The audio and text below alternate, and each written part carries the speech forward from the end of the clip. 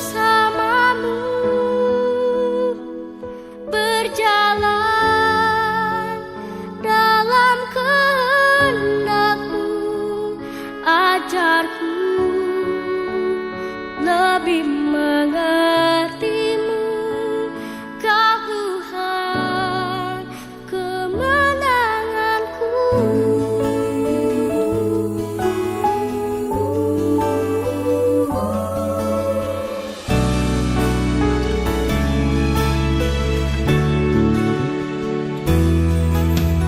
Segala jalan Tuhan adalah kasih setia, kebenarannya dan janjinya. Biarlah jalan Tuhan adalah kemenangan, kebaikannya untuk selamanya. Bawaku bersamamu, berjalan dalam kebenaran-Mu. Ajarku lebih mengenal-Mu, Kau Tuhan penyelamatku. Bawaku bersamamu, berjalan dalam kehendak-Mu. Ajarku lebih mengerti.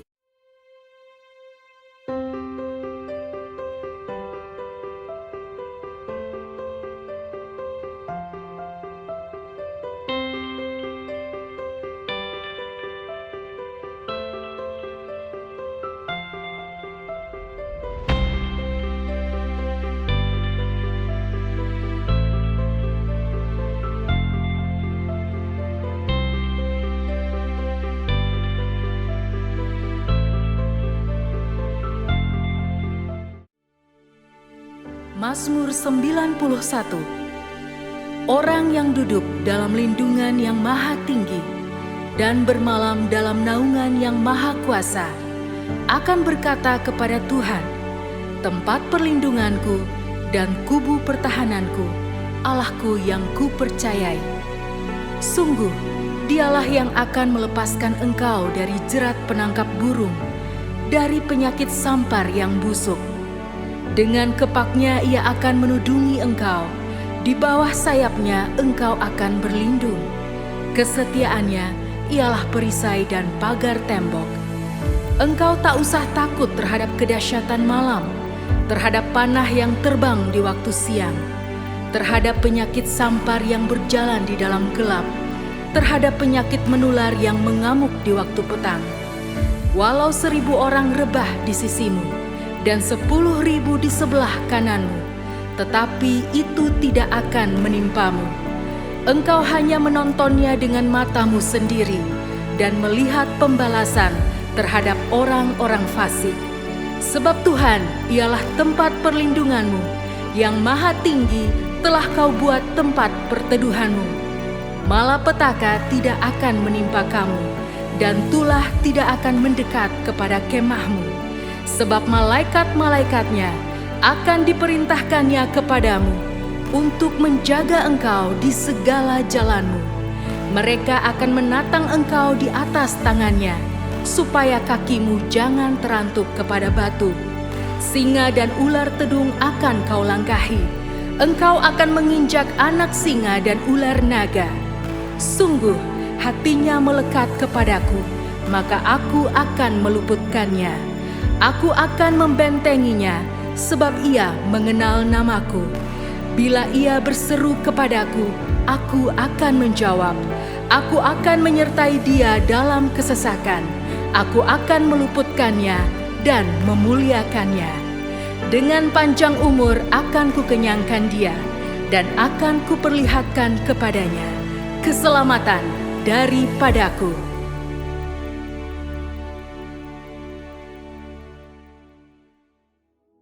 Shalom saudara, Percakapan mengenai pencurahan Roh Kudus telah menjadi salah satu topik yang sangat sering dibahas.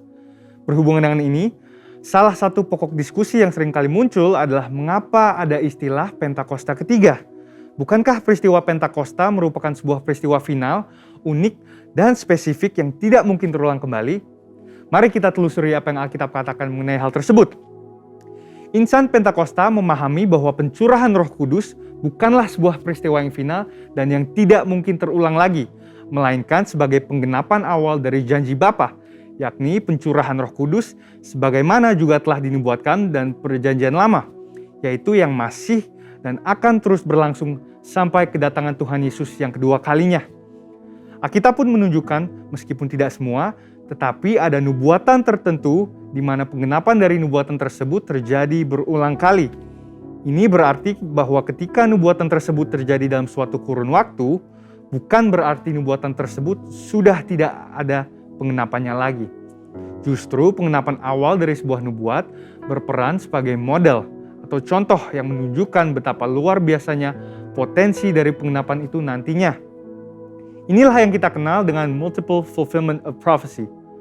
Contohnya peristiwa pencurahan Roh Kudus secara luar biasa yang terjadi di kamar loteng atas di Yerusalem. Pada waktu itu, kejadian ini sangat dramatis sehingga menarik perhatian banyak orang yang saat itu sedang berziarah ke Yerusalem untuk merayakan Hari Raya Yahudi. Namun, apakah ini merupakan penggenapan akhir dari nubuatan Yoel? Mengingat bahwa masih ada beberapa aspek yang belum terpenuhi dalam nubuatan Yoel dalam peristiwa Pentakosta, yang diantara lainnya adalah pertama, bahwa Roh Kudus belum dicurahkan atas semua manusia, melainkan hanya dalam kelompok yang terbatas dan dalam cakupan area yang terbatas. Yang kedua adalah tanda-tanda heran di langit dan di bumi yang tidak nampak dalam peristiwa Pentakosta. Dan yang ketiga adalah bahwa hari Tuhan belum datang, yaitu hari di mana Tuhan Yesus akan datang dan duduk di tahtanya sebagai hakim yang adil. Pasca pencurahan Roh Kudus di kamar loteng atas, Petrus dalam khotbahnya di Kisah Para Rasul 2 ayat 38-39 berkata, "Maka kamu akan menerima karunia Roh Kudus, sebab bagi kamulah janji itu dan bagi anak-anakmu dan bagi orang yang masih jauh, yaitu sebanyak yang akan dipanggil oleh Tuhan Allah kita." Albert Barnes mengatakan bahwa pernyataan dalam ayat tersebut tidak terbatas hanya kepada orang-orang Yahudi, melainkan berlaku juga bagi generasi yang masih jauh, yakni generasi di masa kini dan juga bagi orang-orang non-Yahudi atau Gentiles. Dengan pemahaman ini, kita dapat menyimpulkan bahwa penggenapan akhir dari nubuatan Yoel tidak berhenti di peristiwa Pentakosta di kamar loteng, tapi juga terjadi di awal abad ke-20 melalui peristiwa Azusa Street Revival yang merupakan Pentakosta kedua dan sekali lagi sedang terjadi dalam era kita sekarang ini. Pentakosta ketiga sedang dan akan terus terjadi dalam cakupan area yang mendunia. Peristiwa ini juga akan disertai oleh tanda-tanda heran dan ajaib dan akan mengarah kepada kedatangan Kristus yang kedua kalinya. Tentunya istilah Pentakosta ketiga bukanlah istilah yang dibuat-buat oleh Bapak Pendeta Dr. Insinyur Niko Nyotraharjo sebagai hamba Tuhan yang menerima tuntunan dan visi ini, melainkan berdasarkan preseden penggunaan terminologi Pentakosta kedua yang sudah dikenal sejak awal abad ke-20. Beberapa catatan dokumentasi penting yang mencatat hal ini adalah Australasian Record, volume 39, nomor 19, yang menuliskan sebuah artikel berjudul The Second Pentecost Will Be Even Greater Than the First. Wesley Mylan juga menyebutkan peristiwa Pentakosta kedua dalam bukunya The Latter Rain Covenant. Frank Bartleman dalam bukunya How Pentecost Came to Los Angeles juga menggambarkan dahsyatnya pencurahan Roh Kudus yang terjadi di Azusa Street sebagai Pentakosta kedua. Dan buku Passover, Pentecost, and Parousia, di mana yang menjadi editor adalah para profesor aliran Pentakosta dari Pentecostal Theological Seminary, juga menyebutkan Azusa Street sebagai Pentakosta kedua. Jadi, dengan adanya presiden terminologi Pentakosta kedua ini, maka jika seseorang menolak Pentakosta ketiga atas dasar bahwa Pentakosta tidak berulang, itu artinya dia juga menolak Pentakosta kedua, yang sama dengan menolak gerakan Pentakosta secara keseluruhan. Tentunya, untuk sebuah kegerakan bisa disebut sebagai peristiwa Pentakosta, ada 3 kriteria yang harus dipenuhi. Yang pertama adalah peristiwa Pentakosta bersifat masif, ekspansif, dan multi-etnis. Yang kedua adalah penekanan terhadap bahasa roh dan manifestasi kuasa Roh Kudus.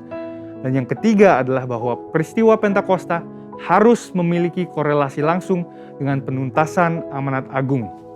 Dengan itu, kita percaya bahwa pencurahan Roh Kudus yang terjadi di Yerusalem pada awal abad pertama dan Azusa Street pada awal abad ke-20 sedang dan akan terus terjadi dalam skala yang jauh lebih besar dan dahsyat pada zaman ini, sampai amanat agung diselesaikan dan Tuhan Yesus datang kembali.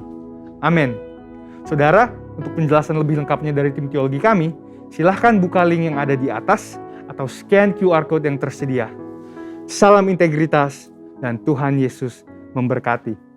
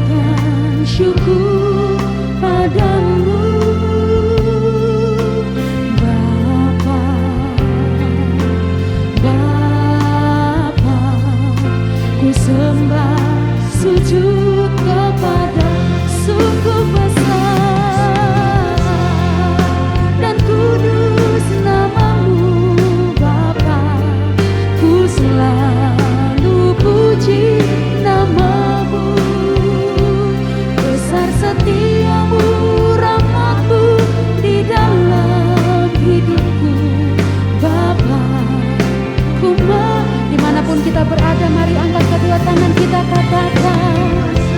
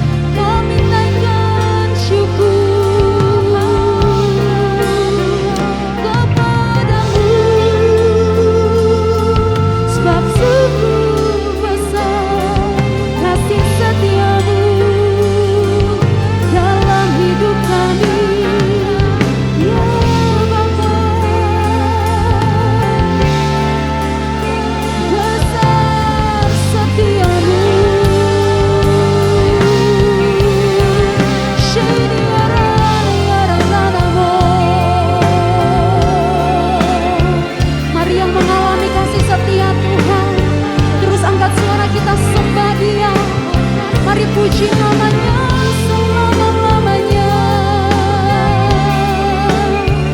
Sebab kasih setiamu tak pernah berakhir, kasih setiamu selalu baru bagi setiap kami.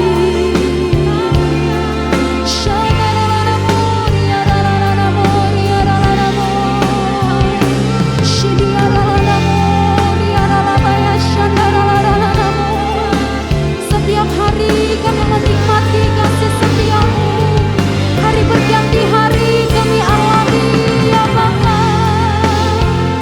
Oh, riarararamo, shirarararamo, riarararamo, oh riarararamo,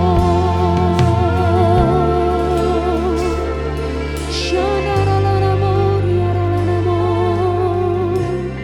Kami bersyukur karena setiap hari kami mengalami kasih setia Tuhan. Kami berterima kasih ya Bapa. Untuk itu dalam hadirat-Mu saat ini, bersama-sama kami mau mengangkat tangan kami. Kami mau memandang Engkau ya Bapa. Dan kami mau memuji Engkau Tuhan di atas segala Tuhan. Kami mau bermazmur bagi Engkau. Kami mau bernyanyi bagi Engkau ya Tuhan. Dan kami mau bersorak bagi Engkau ya Bapa.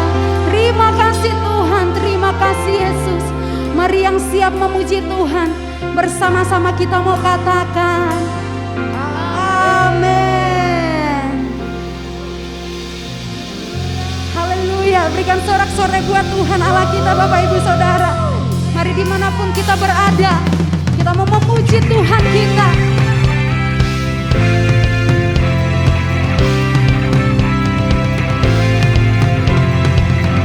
Kita mau nyanyikan haleluya buat Raja di atas segala raja. Mari semua nyanyi haleluya, nyanyi dan melompat untuk Raja kita. Besar mulia Dia Yesusku, menebus pembebas. Mari semua nyanyi haleluya, dan melompat untuk Raja kita. Besar mulia Dia Yesusku, menebus pembebas. Sama-sama katakan haleluya, ku memuji-Mu. Haleluya, aku bebas. Haleluya, sorak haleluya, ku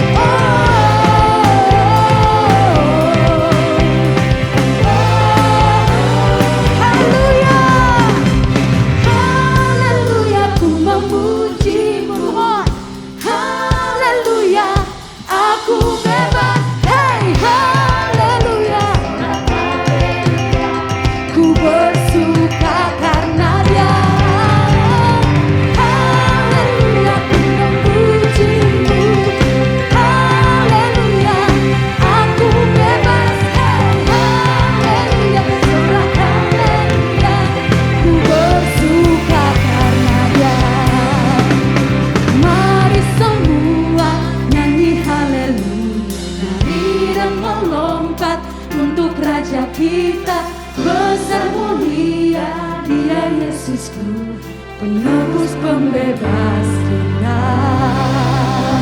Sorak-sorai buat Tuhan Allah penebus pembebas kita. Sorakan haleluya.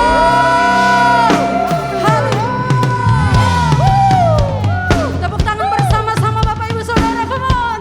Haleluya. Kami mau terus bersorak karena Engkau ya Tuhan. Kami mau terus menari buat Engkau.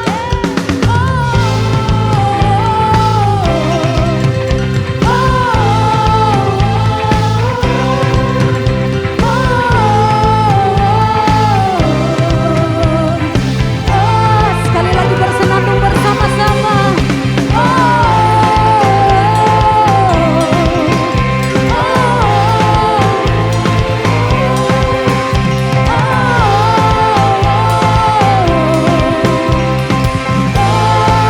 Sorakan haleluya.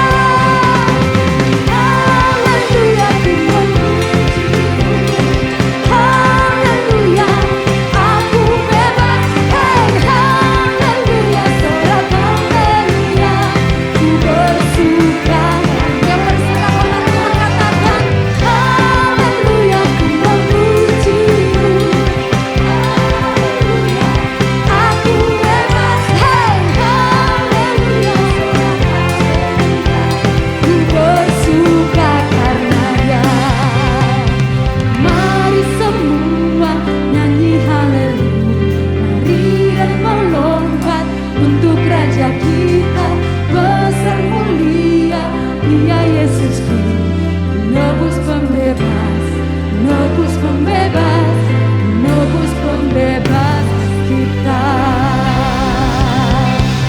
Sorak-sorai sekali lagi buat Tuhan. Dia Allah penebus pembebas dalam kehidupan kita.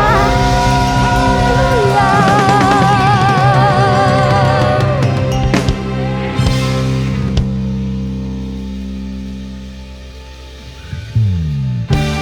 Dalam hadirat-Mu kami mau terus memuji Engkau ya Tuhan.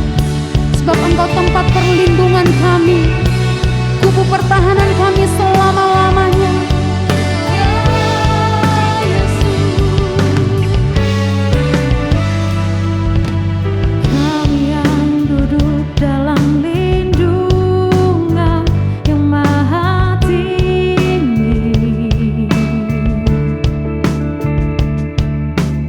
dan bermalam dalam naungannya yang maha kuasa.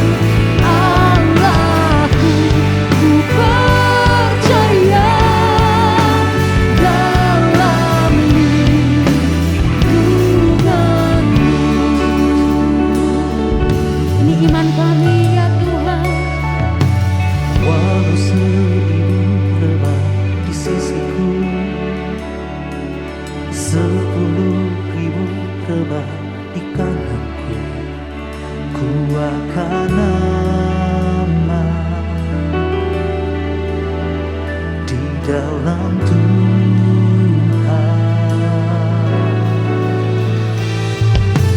Walau seribu rebah di sisiku, sepuluh rebah di tanganku, ku akan aman di dalam Tuhan.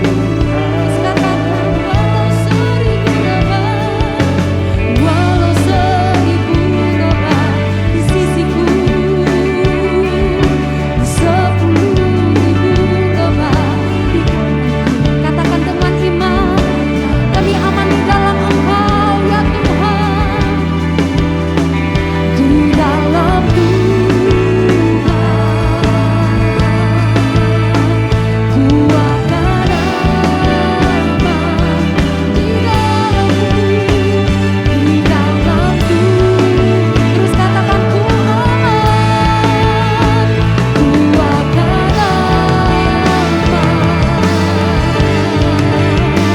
Di dalam Tuhan.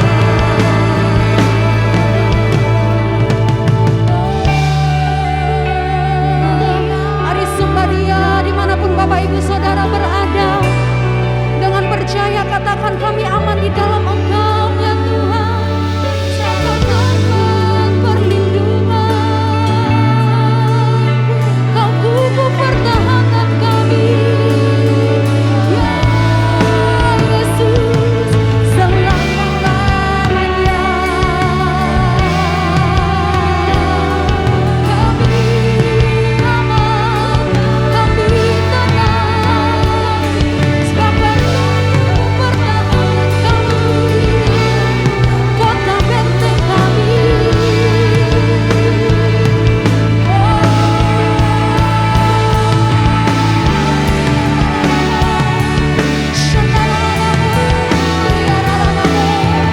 Mari bangun iman kita di hadapan Tuhan, Bapak Ibu Saudara, dengan percaya sembah Dia.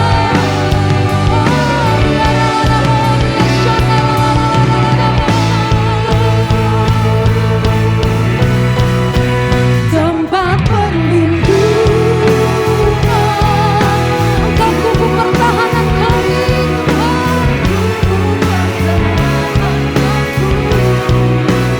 Allahku, dalam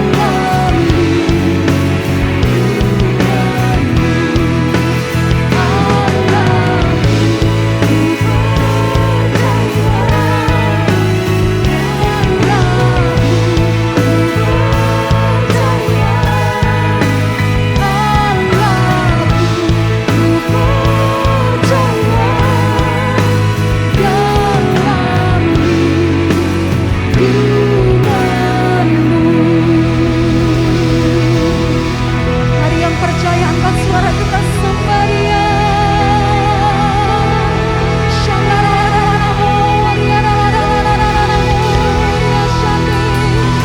Doa bahasa roh bersama-sama Bapak Ibu Saudara. Bangkitkan iman kita di dalam Tuhan. Percaya bahwa Dia kubu pertahanan selama-lamanya.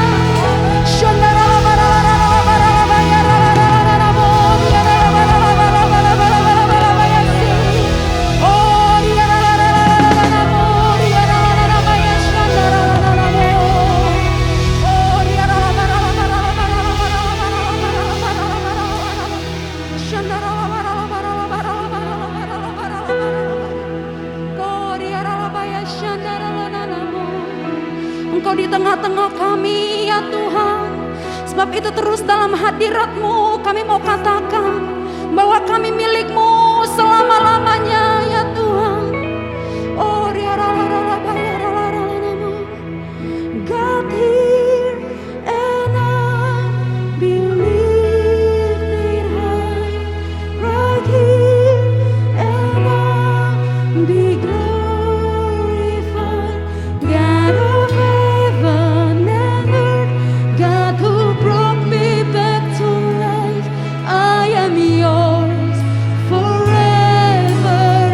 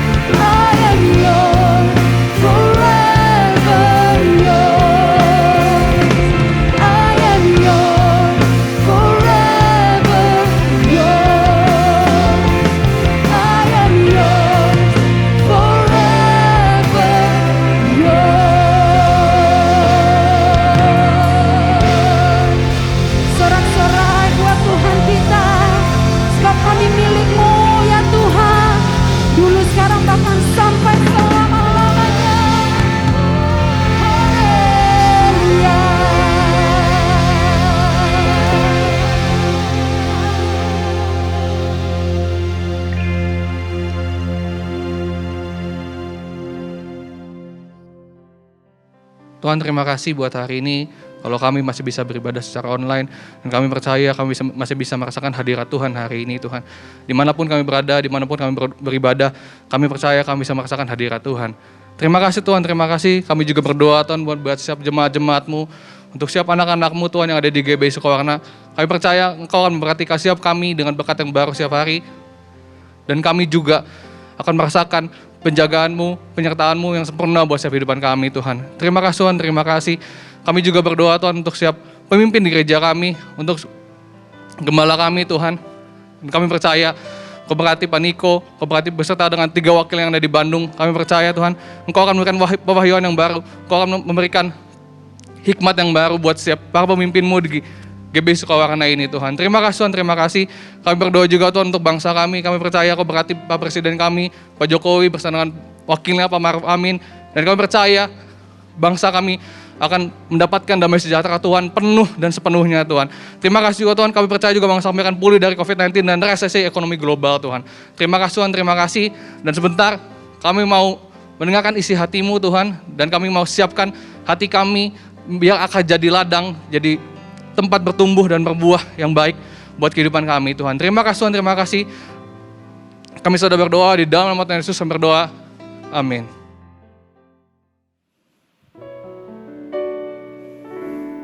Mengalir kuasa dari tempat maha tinggi, Bapa kekal mulia, Kau hadir di sini, memulihkan hati, menyembuhkan yang terluka. Ku kan tenang bersamamu Bapa.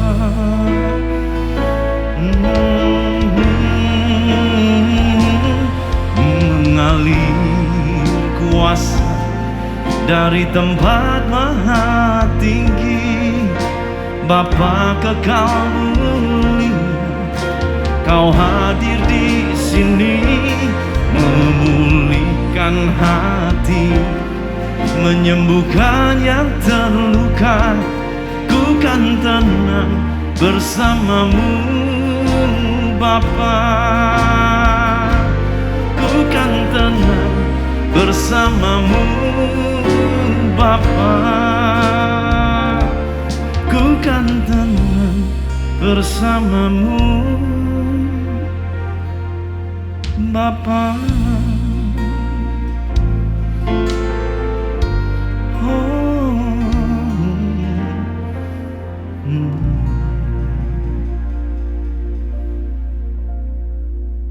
Shalom semua jemaat yang dikasihi oleh Tuhan, jemaat GBI Sukawarna yang saya kasihi, yang saya hormati, yang saya banggakan. Satu sukacita kalau saya boleh melayani saudara lagi dalam ibadah online kali ini. Dan hari ini kita akan membahas satu topik firman Tuhan yang saya beri judul adalah The Dark Side. Sisi gelap dalam kehidupan manusia. Nah, apa maksudnya? Sadar ataupun tidak sadar, setiap kita pasti punya yang namanya sisi gelap. Atau mungkin kata lain yang mungkin kita bisa lebih pahami adalah mungkin kita pernah merasa bahwa kita punya monster yang lagi tertidur di dalam diri kita. Dan rasanya kita berusaha untuk menyuntik monster kita itu dengan obat tidur. Kalau bisa dia jangan bangun. Sebab kita ragu, kita takut. Kalau sampai si monster itu bangun di dalam diri kita, kita tidak dapat mengatasinya. Kita tidak dapat menghandle-nya. Tetapi hari ini kita akan belajar bagaimana firman Tuhan akan mengajar kita untuk kita dapat mengatasi monster dalam kehidupan kita. Mengatasi sisi gelap di dalam kehidupan kita. Sehingga yang gelap itu diterangi oleh cahaya kemuliaan Kristus. Dan Kristus menjadi nampak dalam kehidupan Anda dan saya. Satu kisah dalam Kejadian pasal 27 ayat 41, saudara. Esau menaruh dendam kepada Yakub karena berkat yang telah diberikan oleh ayahnya kepadanya. Lalu ia berkata kepada dirinya sendiri. Gak ada yang tahu saudara waktu Esau bilang ini. Dia ngomong sama dirinya sendiri. Hari-hari berkabung karena kematian ayahku. Gak akan lama lagi. pada waktu itulah Yakub adikku akan kubunuh. Saudara, kisah ini kenapa bisa terjadi? Jadi waktu itu kita tahu kisahnya di mana Esau menjual hak kesulungannya dengan semangkuk kacang merah. Dan tentu sebagai orang yang sudah menjual seringkali nggak ingat. Tetapi orang yang menerima nggak mungkin lupa, saudara. Yakub pasti ingat.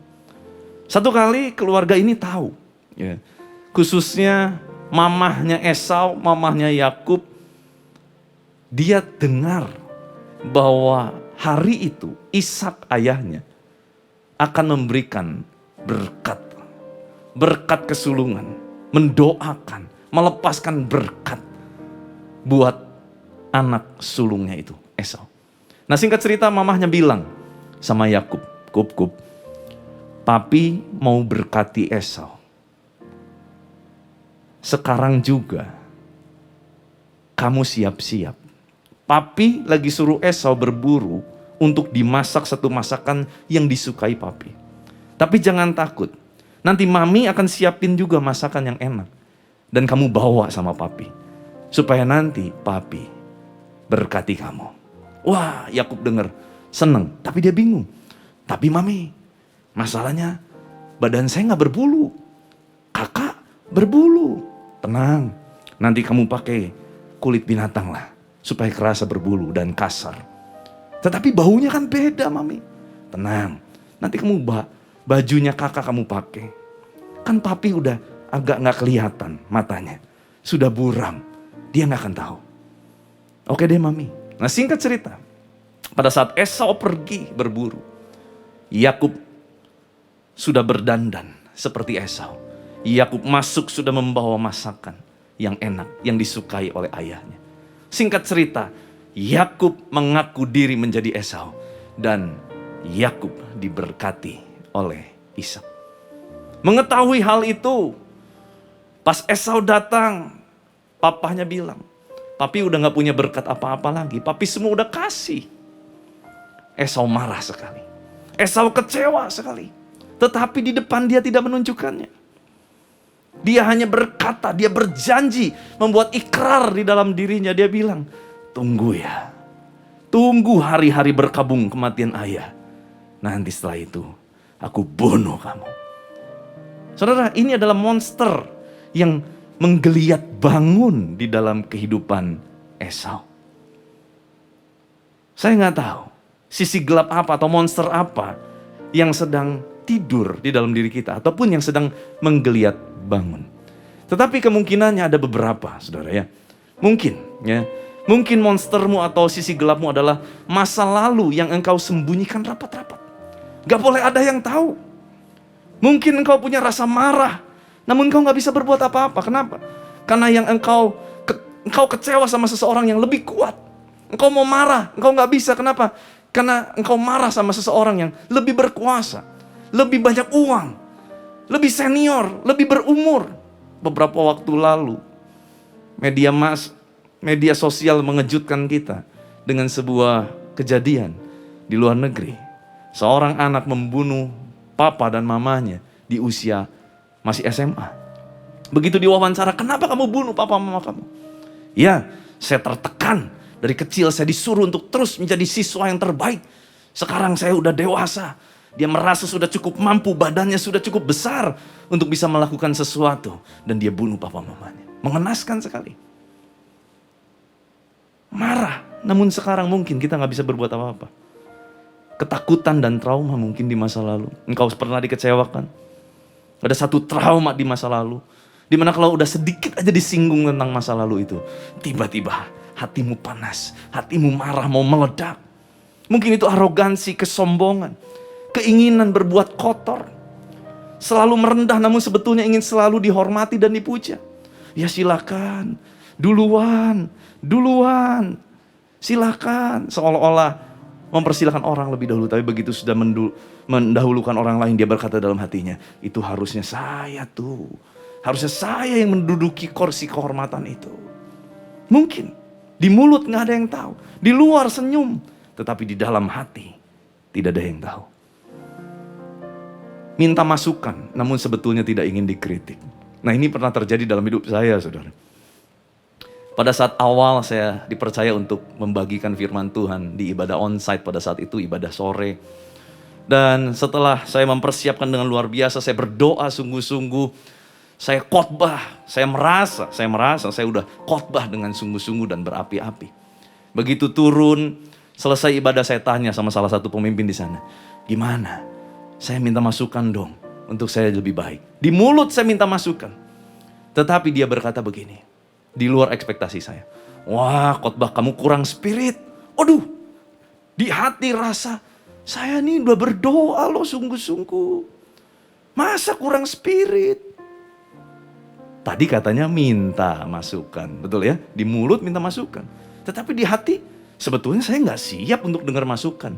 Yang saya tunggu adalah pujian. Saya bertobat, saudara. Di tahun integritas, apa yang ada di dalam sama apa yang keluar, ini harus sama, saudara. Yang mau boleh katakan amin. Penuh strategi busuk, ya, atau dan lain sebagainya. Apapun monstermu itu. Mungkin sekarang saudara sudah mulai ada gambaran. Oh iya, saya punya monster di dalam diri saya punya sisi gelap itu. Nah, pertanyaannya, bagaimana kita menghandle sisi gelap kita? Yang pertama, realize, kenali sisi gelapmu, buatlah pemetaan. Maksudnya bagaimana? Cek, kita kan tahu ya, situasi apa yang bisa memunculkan sisi gelap kita, monster kita itu mulai menggeliat bangun. Biasanya saudara, pada waktu tekanan demi tekanan datang, ataupun ya, ada satu kalimat, kata kunci, begitu masuk ke telinga kita, kita ingat ke masa lalu, tiba-tiba monster kita mulai menggeliat bangun. Begitu. Lakukan pemetaan itu. Setelah kita tahu, kita sudah lakukan pemetaan, kapan dia muncul, situasi apa yang menyebabkan dia mulai muncul. Nah, kita perlu ini, saudara. Efesus 5 ayat 9-13 berkata, karena terang hanya berbuahkan kebaikan dan keadilan dan kebenaran. Dan ujilah apa yang berkenan kepada Tuhan. Janganlah turut mengambil bagian dalam perbuatan-perbuatan kegelapan yang tidak berbuahkan apa-apa. Tetapi sebaliknya, perhatikan kalimat ini. Telanjangilah perbuatan-perbuatan itu. Sebab menyebutkan saja pun apa yang dibuat oleh mereka di tempat-tempat yang tersembunyi telah memalukan. Tetapi segala sesuatu yang sudah ditelanjangi, muncul 2 kali kata ditelanjangi, oleh terang itu menjadi nampak. Sebab semua yang nampak adalah terang. Saudara, kalau firman Tuhan sudah mengulang kata yang sama lebih dari 1 kali, mari beri perhatian khusus. Saudara, kata telanjangi dalam bahasa Yunani elenko artinya adalah diakui. Tetapi diakui di sini artinya bukan diumbar. Tahu nggak setiap orang yang kenal, setiap orang ketemu, tahu nggak saya begini? Bukan. Diakui artinya kita datang sama Tuhan dan mengatakan, Tuhan, ya betul, saya nggak mau berpura-pura di hadapan Tuhan. Saya memang punya sisi gelap. Saya mau sisi gelapku diterangi, Tuhan. Saya nggak mampu, sebab saya takut waktu sisi gelapku muncul, waktu monster itu menggeliat bangun. Saya takut saya tidak dapat menguasainya. Tuhan, tolong aku. Bukankah dia penasehat ajaib? Maka waktu kita datang, kita minta nasihat, kita minta kekuatan, Tuhan pasti akan berikan. Amin. Akui di hadapan Tuhan. Nah, selanjutnya apa? Kita perlu miliki mentor-mentor rohani yang dewasa rohani, yang dapat dipercaya. Waktu kita sharing, kita punya kelemahan, kita punya ketakutan, dia dapat memberikan kita bagaimana kita harus melangkah. Dan juga kita gak bisa sendirian. Kita butuh partner doa. Cari partner doa yang saling mendoakan, yang membuat kita semakin kuat. Sehingga apa? Sehingga monster itu tidak akan pernah bangun lagi. Kenapa? Karena kita dapat mengatasinya, menguasainya. Nah, poin yang kedua, bagaimana kita dapat menghandle sisi gelap kita? Wake up, bangun. Jangan terus beri makanan bagi sisi gelap kita itu. Bangun dari tidur kita, bangkit dari keadaan kita. Hadapi monster dalam dirimu. Efesus 5 ayat 14 bilang gini, itulah sebabnya dikatakan, bangunlah hai kamu yang tidur, bangkitlah dari antara orang mati, dan Kristus akan bercahaya atas kamu. Berarti ini ditujukan firman Tuhan kepada orang percaya Yesus. Menarik sekali, punya Kristus di dalam dirinya, tapi Kristus nggak percaya. Kenapa? Karena kitanya belum bangun. Karena masih ada sisi gelap. Sehingga Kristus tidak bisa percaya atas kita. Mari saudara, kalau kita mau supaya Kristus betul-betul percaya, kita harus telanjangi sisi gelap kita. Supaya kita dapat menguasai sisi gelap kita itu. Dan Tuhan akan percaya atas kita. Saudara, sebetulnya saat kita sadar kita punya monster. Dan kita pikir dia sedang tidur. Dan sengaja kita biarkan dia tidur. Dan kita merasa, it's okay, baik-baik saja. Sebetulnya, kita sedang dalam keadaan bahaya. Kita sedang tidak baik-baik saja. Mari saudara, bangun dari keadaan tidur. Sebuah ilustrasi saudara, ada seorang preman pasar. Wah, kerjaannya kalau lihat orang yang lebih lemah, dipukulin. Singkat cerita, masuk penjara. Di penjara dia ketemu sama preman-preman yang lebih besar badannya. Yang lebih sangar-sangar. Wah, dia jadi orang baik. Dia gak pernah bikin sesuatu yang jahat. Singkat cerita, dia keluar lebih cepat karena dia melakukan perbuatan baik. Waktu keluar dia merasa dia udah menjadi orang baik. Tetapi, waktu dia kembali ke pasar, dia lihat lagi orang yang lebih lemah dari dia. Dia pukulin lagi. Ilustrasi ini menggambarkan, mungkin sisi gelapmu sampai hari ini dapat engkau kuasai karena belum ada kesempatan. Tetapi baiklah kita bukan cuman menguasainya karena nggak ada kesempatan dia bangun, bukan. Tetapi karena betul-betul kita menjadi pribadi lebih dari pemenang. Kita sudah menelanjangi semua sisi gelap itu. Sehingga tidak ada lagi kesempatan sisi gelap itu untuk bangun. Sampai kapanpun. Yang ketiga, how to handle our dark side. Yang ketiga adalah find the truth. Find the truth. Temukan setiap kebenaran dalam firman Tuhan yang dapat memerdekakan hidup setiap kita dari apapun juga. Efesus 5 ayat 17 bilang gini, sebab itu jangan kamu bodoh, tetapi usahakanlah supaya kamu mengerti kehendak Tuhan. Di mana kita menemukan kehendak Tuhan? Firman Tuhan. Yohanes 8:31-32, terjemahan ESV berkata, so Jesus said to the Jews who had believed him, if you abide in my word, you are truly my disciples. And you will know the truth, and the truth will set you free. Hanya kebenaran itulah yang dapat memerdekakan hidup kita. Di mana kita lihat sumber kebenaran itu? Di mana kita temukan? Firman Tuhan. Baca firman, renungkan itu, dengarkan itu, gak ada lagi alasan. Kenapa? Sekarang ada Alkitab Suara. Saudara download aplikasinya, saudara dengarkan. Engkau ibu-ibu mungkin lagi masak, sambil masak kau bisa putar firman. Awas jangan gosong saudara ya. Engkau yang lagi beraktivitas di kantor, kau dalam perjalanan di kendaraan umum, dengarkan firman. Jangan dengarkan lagu-lagu galau yang membuat engkau semakin galau. Dengarkan firman Tuhan, sebab firman adalah sumber kebenaran. Bahkan dikatakan juga, di mana kita bisa memiliki kekuatan dari roh kebenaran itu. Saudara, dikatakan Roh Kudus adalah roh kebenaran. Yohanes 14 ayat 16-17 bilang gini, aku akan minta kepada Bapa dan ia akan memberikan kepadamu seorang penolong yang lain supaya ia menyertai kamu selama-lamanya. Bukan sesaat, selama-lamanya. Siapa? Yaitu roh kebenaran. Ini bicara Roh Kudus. Saudara, ini era Pentakosta yang ketiga. Dan kalau saudara perhatikan, pencurahan Roh Kudus itu dimulai dari murid-murid. Dan murid-murid itu membawanya keluar menjadi saksi. Dan Roh Kudus itu terimpartasi. Kalau saudara tidak dipenuhi dengan Roh Kudus, gak mungkin kita menjadi the messenger of the third Pentecost. Gak mungkin kita menjadi pembawa pesan Pentakosta ketiga kalau hidup kita sendiri tidak direndam, dipenuhi oleh kuasa Roh Kudus. Ini yang selalu menjadi doa saya setiap malam. Tuhan, rendam aku di dalam kuasa Roh Kudus-Mu.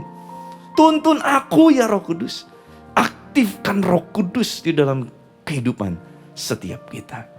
Sebab dialah roh kebenaran yang akan menuntun kita dari kebenaran kepada kebenaran menuju kemuliaan Tuhan. Dan kunci yang keempat adalah release. Yang pertama realize, menyadari. Yang keempat ini release, melepaskan, melampiaskan. Maksudnya bagaimana? Carilah pelampiasan yang tepat. Efesus 5 ayat 18 bilang begini. Dan janganlah kamu mabuk oleh anggur, Karena anggur menimbulkan hawa nafsu. Tetapi hendaklah kamu penuh dengan roh. Ayat ini menjelaskan bahwa ada orang-orang pada saat itu yang melampiaskan masalahnya dengan cara apa? Mabuk. Supaya dia lupa. Gak ingat dengan masalahnya. Tetapi justru pelampiasan yang keliru menimbulkan hawa nafsu. Menimbulkan manusia jatuh di dalam dosa. Tetapi pelampiasan yang benar apa? Hendaklah kamu penuh dengan roh. Artinya hidup dalam kehidupan roh. Makanya firman berkata, latihan badani terbatas. Tetapi latihan ibadah itu berguna bahkan untuk kehidupan yang akan datang. Saudara mungkin berkata, tapi pastor saya punya pelampiasan yang bagus kok. Positif. Contohnya berolahraga. That's good. Tetapi saudara kan gak mungkin juga berolahraga 8 jam satu hari. Pasti pingsan saudara ya. Setiap hari olahraga 8 jam. Kita perlu pelampiasan. Betul, olahraga adalah salah satu pelampiasan yang positif. Kita perlu itu. Tetapi itu harus dalam waktu yang kita batasi. Yang pas gitu. Tetapi ada satu hal yang kita butuhkan lebih dari pelampiasan-pelampiasan positif. Kita butuh pelampiasan yang dapat menguatkan iman kita. Roh kita. Caranya apa? Masuk di dalam kehidupan roh. Dengar firman. Dengar ragu-ragu rohani. Dengarkan kesaksian-kesaksian, khotbah-khotbah yang menguatkan iman kita. Itu yang harus kita isi. Isi masukan ke pikiran, ke telinga kita. Lampiaskan kepada hal-hal rohani itu. Sehingga apa? Roh kita semakin kuat. Semakin kuat. Semakin kuat. Banyak baca buku rohani. Banyak masuk dalam hadirat Tuhan, menyembah Tuhan. Itu yang akan terus memberikan kekuatan demi kekuatan bagi setiap kita. Saudara, saya rindu waktu saudara mendengarkan ini, saudara mendapatkan kekuatan. Boleh gak saudara? Saudara ketik di kolom komentar ataupun di kolom live chat ini. Saudara katakan, saya akan mengatasi sisi gelap saya. Mari saudara tulis itu. Saya akan mengatasi sisi gelap saya. Deklarasikan itu. Sebab bersama dengan Tuhan, kita akan telanjangi, kita akan terangi itu. Dan kita akan keluar menjadi pemenang-pemenang. Yang mau katakan amin. Mari kita angkat pujian yang tadi. Dan biarlah ini menjadi nyanyian iman kita.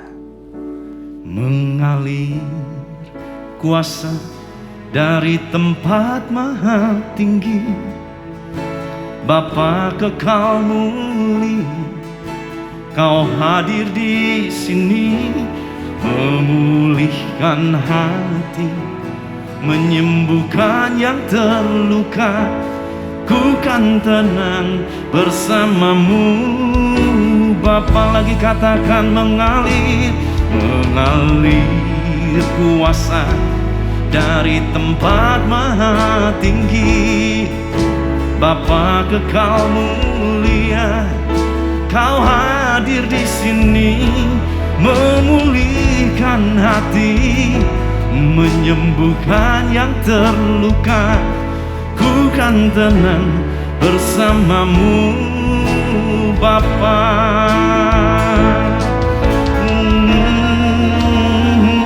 Mengalir kuasa dari tempat maha tinggi, amin. Bapa kekal mulia, Kau hadir di sini, memulihkan hati, menyembuhkan yang terluka. Ku kan tenang bersamamu, Bapa. Sekali lagi terakhir katakan, mengalir kuasa dari tempat maha tinggi. Biar saat ini Tuhan, Kau yang melawat umat-Mu, Kau yang jamah setiap mereka Tuhan. Berikan kekuatan yang baru, biar mereka dapat mengatasi sisi gelap mereka, menelanjanginya, membawanya kepada Kristus, dan mereka keluar menjadi lebih dari pemenang. Mari saudara, akui, sadari, realize, akui di hadapan Tuhan. Bawa sisi gelapmu, bawa ketakutanmu, bawa kelemahanmu sama Tuhan. Dialah penyelamat jiwamu. Dia tidak akan meninggalkanmu. Dia tidak akan menghakimimu, tetapi dia akan datang untuk membalut lukamu. Mari saudara, akui sama Tuhan. Minta Tuhan, tolong saya. Tuhan tolong saya mengatasi semua sisi gelap saya. Terima kasih Tuhan. Terima kasih Bapa. Lagi katakan, mengalir, mengalir kuasa dari tempat maha tinggi. Bapa kekal mulia, Kau hadir di sini, memulihkan hati, menyembuhkan yang terluka. Ku kan tenang bersamamu Bapa. Lagi angkat iman kita dan katakan, mengalir, mengalir kuasa dari tempat maha tinggi. Bapa kekal mulia, Kau hadir di sini, memulihkan hati, menyembuhkan yang terluka. Ku kan tenang bersamamu Bapa. Aku kan tenang bersamamu Bapa. Ku kan tenang bersamamu Bapa.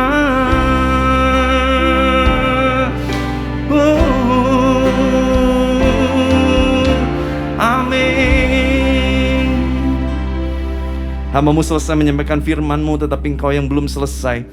Kau akan terus memberikan pertumbuhan rohani hari lepas hari untuk setiap umat-Mu. Meteraikan dengan firman-Mu. Berikan mereka kekuatan, berikan mereka kemampuan melalui setiap masa-masa sulit, masa-masa pandemi ini. Dan tetap Tuhan, Tuhanlah yang menjadi sandaran kehidupan setiap kami. Terima kasih Bapa. Biar kuasa kehidupan Kristus, kuasa kebangkitan Kristus yang mengalir memerintah atas kami. Di dalam nama Tuhan Yesus Kristus. Sama-sama kita katakan, amin.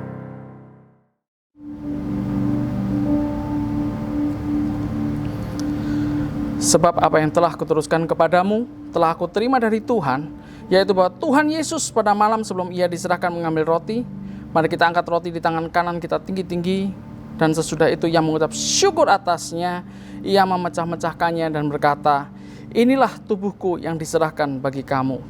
Perbuatlah ini menjadi peringatan akan aku. Saudara-saudara yang dikasihi Tuhan, bukankah roti yang ada di tangan kanan kita ini adalah persekutuan kita dengan tubuh Kristus? Mari kita makan bersama-sama di dalam nama Tuhan Yesus Kristus.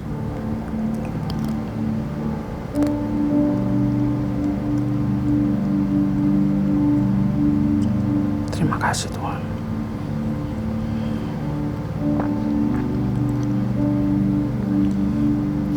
Demikian juga ia mengambil cawan sesudah makan. Mari kita angkat cawan di tangan kanan kita tinggi-tinggi, lalu berkata, cawan ini adalah perjanjian baru yang dimeteraikan oleh darahku.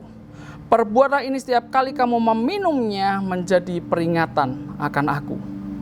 Saudara-saudara yang dikasihi Tuhan, bukankah cawan pengucapan syukur yang atasnya kita ucapkan syukur ada persekutuan kita dengan darah Kristus? Mari kita minum bersama-sama di dalam nama Tuhan Yesus Kristus. Hirarala pakasi karala parala parala parala. Hirarala parala parala parala parala parala parala. Mari kita sembah Dia. Hirarala pakasi karala parala parala parala. Hirarala pakasi karala parala. Parala pakasi karala parala. Parala pakasi karala parala parala parala parala parala parala. Hiarala pakasi karala papa. Hiarala pakasi karala papa. Orala pakasi karala pala pala pala pala. Yesus karala parala parala parala parala parala parala parala parala parala parala parala. Hiarala pakasi karala parala parala. Biar berkat-Mu mengalir buat jemaat-Mu Tuhan.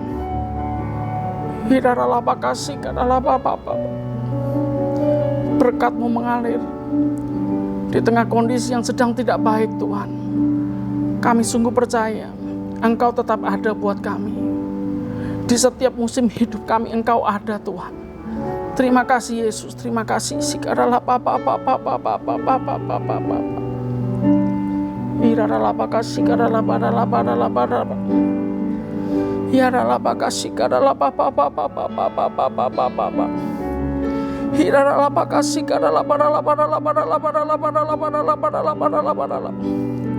Tetapi kamu akan menerima kuasa kalau Roh Kudus turun ke atas kamu, dan kamu akan menjadi saksiku di Yerusalem dan di seluruh Yudea dan Samaria dan sampai ke ujung-ujung bumi.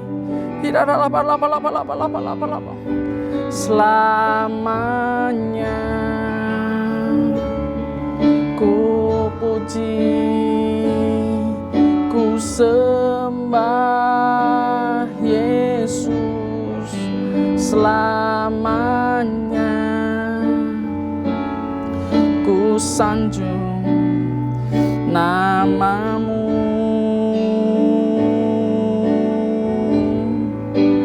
Selamanya tekadku senangkan Engkau. Selamanya Kaulah segalanya. Selamanya ku puji, ku sembah Yesus. Selamanya ku sanjung nama-Mu.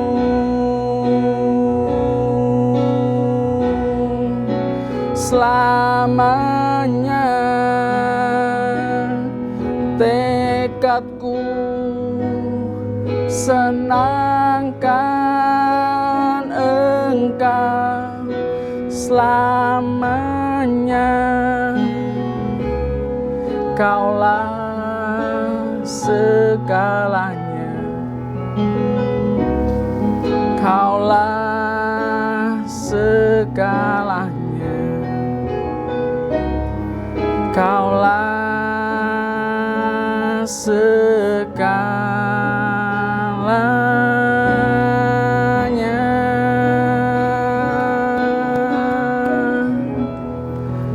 Sungguh kami mengucap syukur Tuhan. Kami punya Allah yang baik, Allah yang mengerti setiap kebutuhan kami. Kami mengucap syukur hari ini kami bisa makan dan minum sehidangan dengan Engkau, dan kami sangat-sangat berterima kasih. Kami percaya pandemi ini akan segera berlalu dan kami bisa segera beribadah bersama-sama kembali, bisa berkumpul bersama dengan keluarga besar GBI Jalan Jenderal Sudirman. Terima kasih Tuhan atas berkat-Mu di dalam nama Tuhan Yesus. Mari sebelum kita mengakhiri ibadah kita pada hari ini, mari saya undang saudara untuk boleh mengangkat kedua tangan kita. Kita akan menerima berkat daripada Tuhan. Hamba-Mu meminta berkat yang berlimpah-limpah dari Bapa di surga, dalam kasih karunia Anaknya yang tunggal Tuhan Yesus Kristus, dan dalam persekutuan yang manis dengan Roh Kudus, tercurah melimpah dalam hidup-Mu dan hidupku, dari sekarang sampai Maranatha, sampai Tuhan Yesus datang, bahkan sampai selama-lamanya. Yang percaya dan diberkati Tuhan, kita sama-sama katakan, amin. Selamat hari Minggu, Tuhan Yesus memberkati.